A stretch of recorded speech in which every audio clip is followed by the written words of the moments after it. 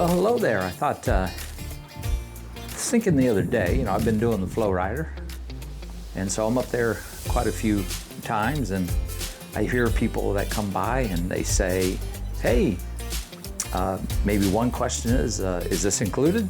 Yes, FlowRider is included on the cruise. There's no paying for it. Another question people say is, which one can I use? Because here on the Symphony, which is like the Allure, the Harmony, and the Oasis, they actually have two FlowRiders. They have a FlowRider on the starboard side that is for boogie boarding only, and then they'll have one on the port side, the left side, which is just for the surf. Now again, there's other ships out there that have just one, so they have to juggle the shift between them.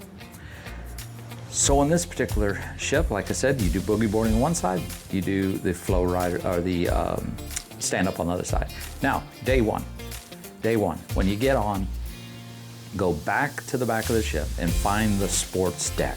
Now, here on the Symphony, it's right next to the wipeout bar. I don't know if it's next to the wipeout bar. In every cruise, I don't think it is.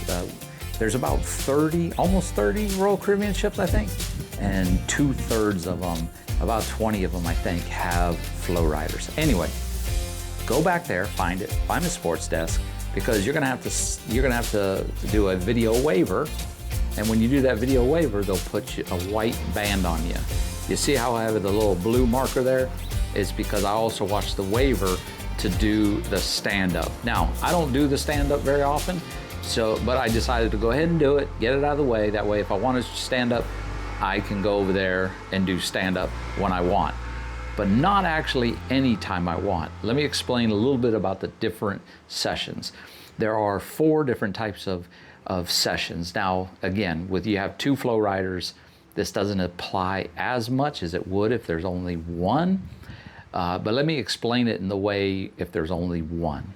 So if there's one FlowRider and you're looking at the schedule is going to have 4 different potential things it says. It's going to say advanced surfing only.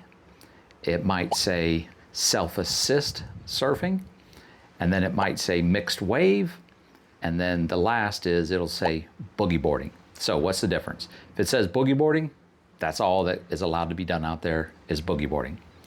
If it says mixed wave, then you can do boogie boarding or the surfing, whichever one you particularly want to do. If it says advanced surfing only, it's only for people that actually have not this blue marking, but an actual blue band. You see, I don't have one because I don't do advanced. I'm not stable enough on it to get one.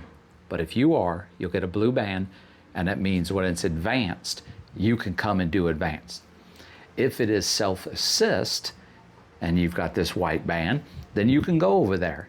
If they deem you to be good enough, if they deem you to be in the advanced category, then they'll give you a blue band. Again, I don't really do it, so I don't get that blue band. I've never gotten the blue band, but that's okay. I enjoy the boogie boarding. Now let's talk about how much time you get on it. So basically you get about 2 minutes per rider. You'll see the staff that's out there, they'll be checking their watch, and they check for 2 minutes. When your 2 minutes is up, you gotta get off, next person goes. This surely helps the lines go through, so if you wanna look at the line, you can count how many people in there. If there's 10 people in line, you can figure at least 20 minutes. I would go a little bit more than 20 because all the swap out time and stuff, but 2 minutes per rider. Now, on the surfboard, there can only be one person on the water at a time. However, on the boogie boarding, if it gets very crowded, which it often does get very crowded, they will put a divider in the middle, and they'll actually run 2 lanes. So basically 2 riders are going at the same time, but they are split by this little buoy thing that's in between them. But again, you can count the line, and you can say 10 people on that side, 15 people on that side. 15 times 2 is 30, and of course you say, well, then I'll go to the side that only has 10 riders. But if it's surfing, they need 2 people out there watching the surfing. And the reason is because some people do goofy foot and some people do regular foot.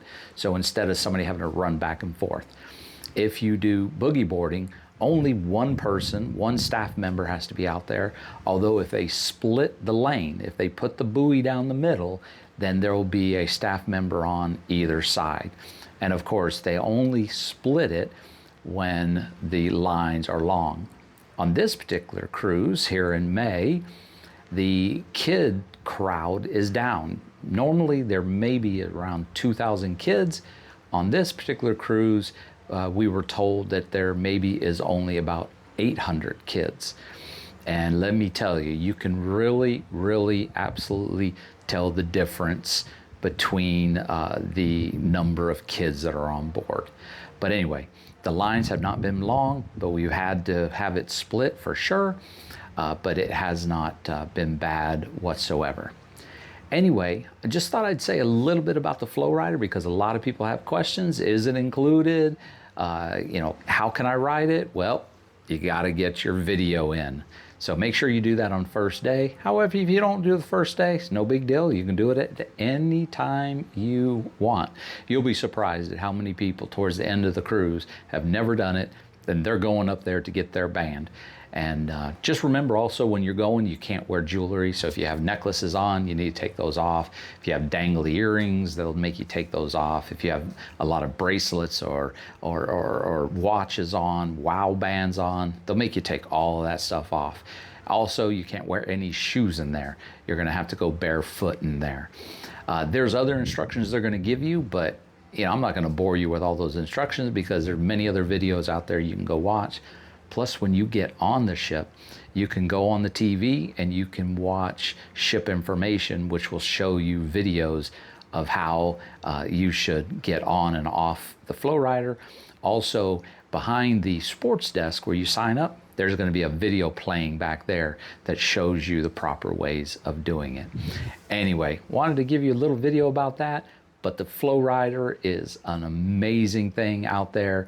There is a height requirement. I'll throw that on the screen and show you the height requirement for boogie boarding, and then for surfing, it's a little bit taller than it is for boogie boarding. Anyway, that is all about boogie boarding. Well, maybe not all about it, but I'll let you learn those other things on your own. All right, well, take care, and we hope to see you out on the next cruise. Bye.